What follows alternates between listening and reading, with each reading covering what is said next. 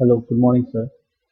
This is KJ Pitadia and KS Patel presented the subject that is microcontroller. The topic we have chosen is basics of microcontroller 8051.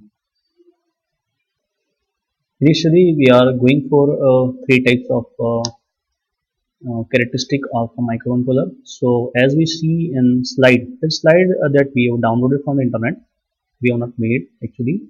First component we can go for CPU, that is Central Processing Unit. It basically the function return execute information stored in memory. Second one we can say input output blocks, or it can be known as a device. So the number ports are there. That is those are actually 32 pins. And the next very good component and very important component you can say memory. We can have the differentiation here RAM and ROM. So read only memory and random access memory. Now as we see, whenever we are connecting CPU, we need to have a data bus and address bus to connect any type of peripherals. You can say in this as an example, monitor, printer, even switching devices like keyboard, as well as we can have memory. The memory can be considered as RAM and ROM.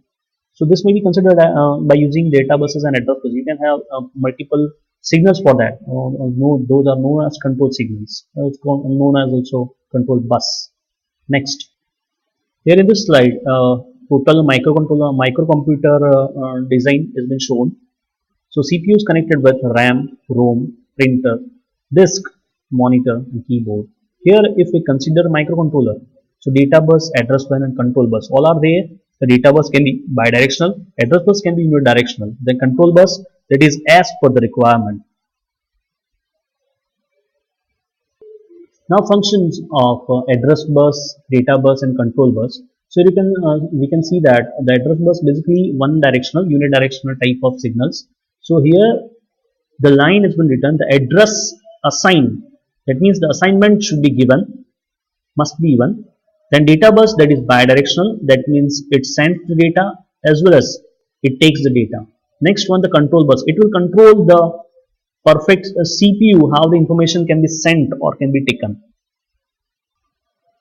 So data size basically related with the that is as good as highway lines. More data buses mean more expensive CPU and computer.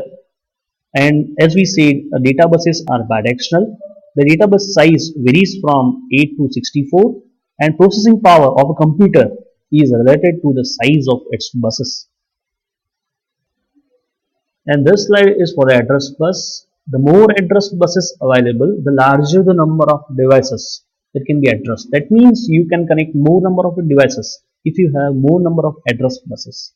The number of location with which CPU can communicate, that is always equal to 2 raised to x, where x is address lines. So suppose you need to have you are having 4 address lines. That means you can connect 2 raised to 4 address size. And address buses are unidirectional. That means you can the one can only assign. Next, inside CPU, the very good component is been shown, registers. Register is basically used to save the data. The CPU uses registers to store information. Here they've written information. We can say information must be the data in a pattern of 10 and 10. In general, the more bigger the register, the better the CPU. The register can be of actually the size must be of 8, 16, 32, 64 bit. So if it is of 8 bit, that means you can directly at a time transfer the data 8 bit. Either you can save, either you can receive, or you can transfer. That means 8 bit directly.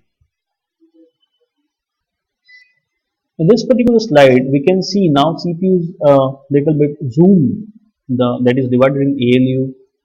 Few components related with program counter like instruction register, instruction decoder, timing and control. Few registers are there. Those are connected with data buses. So control bus, address bus, and data bus are connected with few blocks. So blocks are required to process inside the CPU and ultimately microcontroller. So that is related with flags too. Next, function of ALU, program counter, and instruction decoder has been written. ALU performs, basically you can say that logical functions and or note gate, you can have the function of that within the ALU.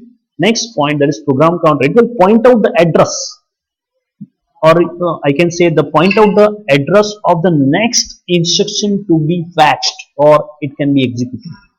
Next instruction's address to be pointed out by program counter. It may be of size 16 bit or 24 or 20 or 24 bit. That depends on the CPU. And the last one, the next one, instruction decoder, which interprets the instruction fetched into the CPU. Next.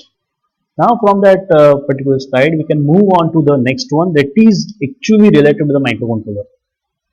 Microcontroller basically consists of a CPU, RAM, ROM, input-output port, timer or serial COM port. So these are the blocks that we can have within the microcontroller, as even data bus and address bus is also connected. Next. This is the block diagram there where we can work with. This is the block diagram of 8051, internal block diagram, you can say architecture 2. It consists of the several blocks. We can say interrupt control on chip ROM, and that is for code, on chip RAM, timer 0, serial port, input output ports, bus control, oscillator, CPU. Even the direction, we can say some are from bidirectional. The control signals are there. The crystal has been connected. 4 ports. One of the serial port that is connected with transmission data and reception data. Data buses also connected. External interrupts are there. Even we can go for counter inputs too for the timer. Okay.